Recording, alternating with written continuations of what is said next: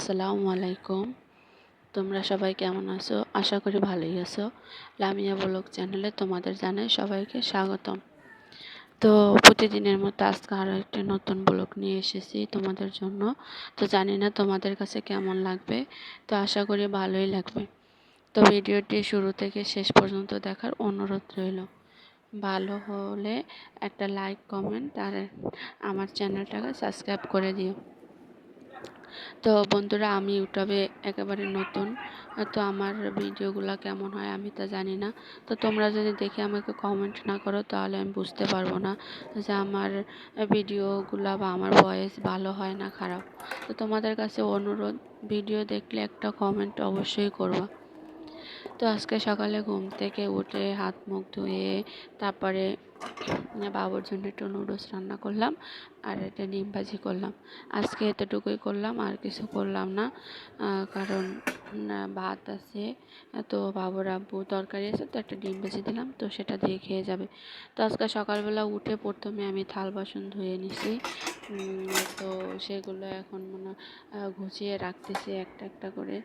তো আজকে একটু দেরি হয়ে গেল ঘুম থেকে উঠতে। তো বেশি একটা রান্না বান্না ছিল না, সকালবেলা কোনো কিছু রান্না করব না বলে তাহলে আমি তার জন্য আমি দেরি করে উঠেছি। তো এমন করে আমি আমার থালা বাসন গুছাই। তো জানি না তোমাদের কাছে কেমন লাগে, তো অবশ্যই বলবে আমার থালাবাটি গোছানোটা কেমন হয়েছে। তো এই যে নুডলস আমার রান্না করা শেষ, তো ডিমটা ভাজতেছি। তো বাবুর আব্বু এখনই খাবে। তো প্রতিদিন সকালবেলা ঘুম থেকে উঠে আগে রান্না করে আসি, তো আজকে আর আসিনি। আজকে আমি আগে থালা বাসন ধুয়ে নিয়েছি, কারণ শুধু একটা ডিম ভাজি করব, যার কারণে। তো বাবুর আব্বু খাওয়া দাওয়া করে চলে গেছে, আমিও খাওয়া দাওয়া করে নিয়েছি, সকালের খাওয়া দাওয়া করা শেষ। তো এখন আমি দুপুরের জন্য রান্না করতে যাব। তো আজকে রান্না করব কচু শাক দিয়ে, দারুণ একটি রেসিপি। কচু শাক সবারই একটা পছন্দের খাবার। এটি দেশ গ্রামে অনেক পাওয়া গেলেও শহরের বাড়িতে বেশি একটা পাওয়া যায় না। তো বাবুর আব্বু যে জায়গায় কাজ করে সে জায়গায় এক স্থানীয় খালাকে দিয়ে তারপরে এগুলো আনিয়েছিল। কারণ খালা অনেকগুলো আনছে, যার কারণে খালারে বলল যে খালা আমারেও কয়টা এনে দাও, কারণ আমি বাবুর আব্বুরে বলছিলাম যে কচু শাক কিনতে পাওয়া যায় না। তো সে বলল যে না, এগুলা এরকম একটা পাওয়া যায় না। তো হঠাৎ করেই কাজের পাশে তার খালারে যখন দেখলো, তাই আর কি খালারে বলল যে খালা আমারও এনে দাও। তো কচু শাকগুলো দেখে আমি অনেক খুশি হয়েছিলাম। তো রাত্রে এনে দিয়েছিল, তো রাত্রে কেটে কুটে রেখেছি। তো সকালবেলা রান্না করার জন্য চলে এসেছি। তো আমি কচু শাকগুলো ধুয়ে তারপরে চুলায় দিয়েছি, তারপরে রসুন বেটে দিয়েছি, তারপরে লবণ, কাঁচামরিচ এগুলো আর কি দিয়ে, কাঁচামরিচ অল্প দিয়েছি পরিমাণ, কারণ আমি শুকনো মরিচ গুঁড়া করে তারপরে দিব, যার কারণে। তো এগুলো দিয়ে তারপরে সেদ্ধ করে নিতেছি। তো দেখতেই পারতেছো আমার কচু শাকগুলো সেদ্ধ হয়ে একেবারে অল্প হয়ে গেছে। একবারে অল্প বলতে একেবারেও অল্প না, আমাদের কাছে অনেক বেশি, কারণ আমরা দুজন। এগুলো অনেক বেশি হয়ে গেছে। তো রান্না করে আমার ননদকে একটু দেবো, যার কারণে সবগুলোই নিয়ে নিয়েছি। তো আমার কচু শাক প্রায় রান্না করার শেষের দিকে মরিচটা ভেজে গুঁড়া করে তারপরে দিয়ে দিলাম। তো এবার পেঁয়াজ কুচি, রসুন কুচি দিয়ে তারপর আমি তেলের উপরে দিয়ে দেব। তো সেগুলো কাটা কোটা হয়ে গেছে।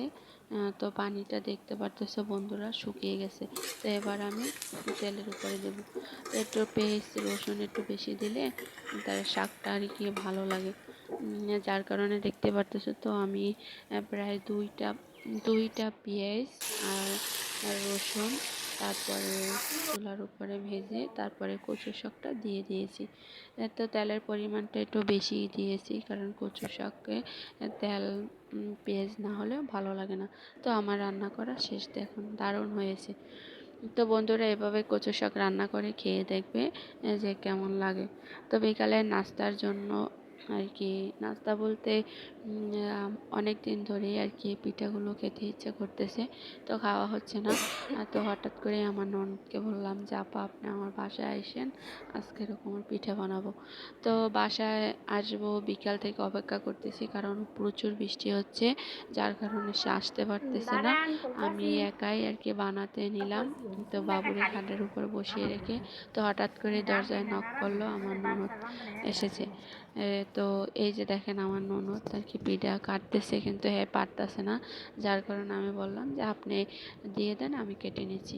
তো বন্ধুরা, রান্না বান্না কাটা আর কোনো কিছু শেয়ার করলাম না, সরাসরি রান্না করা শেষে আর কি আরও ওগুলো অনেকগুলো